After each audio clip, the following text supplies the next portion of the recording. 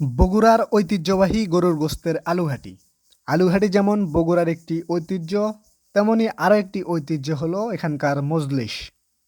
এই মজলিসের বিশেষ ঐতিহ্য হলো কোথাও মজলিস হলে তার আশেপাশের ২-৩ গ্রামের মানুষ একত্র হন বিনা দাওয়াতেই। মজার বিষয় হলো আজকে আমরাও গিয়েছিলাম পাশের একটি গ্রামে বিনা দাওয়াতেই মজলিস খাইতে, পুরো দলবল নিয়ে। আর এ ধরনের মজলিস খেতে আসলে আপনার অনেক ধৈর্যশীল হইতে হবে, কারণ আপনি একটু লেট করে আসলে হয়তো বসার জায়গা পাবেন না, না হয় ভাত পাবেন না, না হয় তরকারি আপনার কাছে এসে শর্ট পড়ে যাবে। যেটা খুবই স্বাভাবিক, কারণ একটা মজলিসে দাওয়াত করা হয় ২০০ থেকে ৩০০ মানুষ, কিন্তু সেখানে গিয়ে উপস্থিত হন প্রায় ১,০০০ থেকে ১,২০০ থেকে ১৫০০ পর্যন্ত মানুষ। আর লজ্জার বিষয় হলো সত্য, আজকে আমরাও বিনা দাওয়াতেরই অতিথি। যাই হোক, পরিশেষে যদি খাবারের মান এবং আলুঘাটির স্বাদ নিয়ে কথা বলতে চাই, তাহলে এক কথায় অসাধারণ। আপনি কখনো বগুড়ার এই ঐতিহ্যবাহী আলুঘাটি টেস্ট করছেন কিনা? যদি টেস্ট করে থাকেন, সেটার স্বাদ এবং আপনার অভিজ্ঞতা কেমন ছিল সেটা কমেন্টে জানাতে পারেন।